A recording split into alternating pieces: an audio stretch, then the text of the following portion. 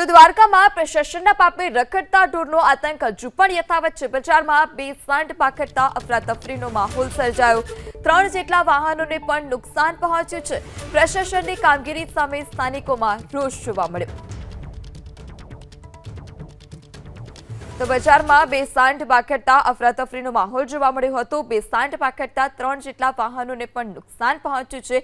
ત્યારે આ પ્રકારે ભર બજારમાં બંને સાંઠ પાખડતા આસપાસના લોકોના જીવ પણ તાળવે ચોંટ્યા હતા। ત્યારે પ્રશાસનની કામગીરી માત્ર ને માત્ર કાગળ પર હોય તે પ્રકારના આ દ્રશ્યો। તો દ્વારકામાં પ્રશાસનના પાપે રખડતા ઢોરનો આતંક હજુ પણ યથાવત છે। બજારમાં બેફામ પાખડતા અફરાતફરીનો માહોલ સર્જાયો। 3 જેટલા વાહનોને પણ નુકસાન પહોંચ્યું છે। પ્રશાસનની કામગીરી સામે સ્થાનિકોમાં રોષ જોવા મળ્યો। તો બજારમાં બેફામ પાખડતા અફરાતફરીનો માહોલ જોવા મળ્યો હતો। બેફામ પાખડતા 3 જેટલા વાહનોને પણ નુકસાન પહોંચ્યું છે।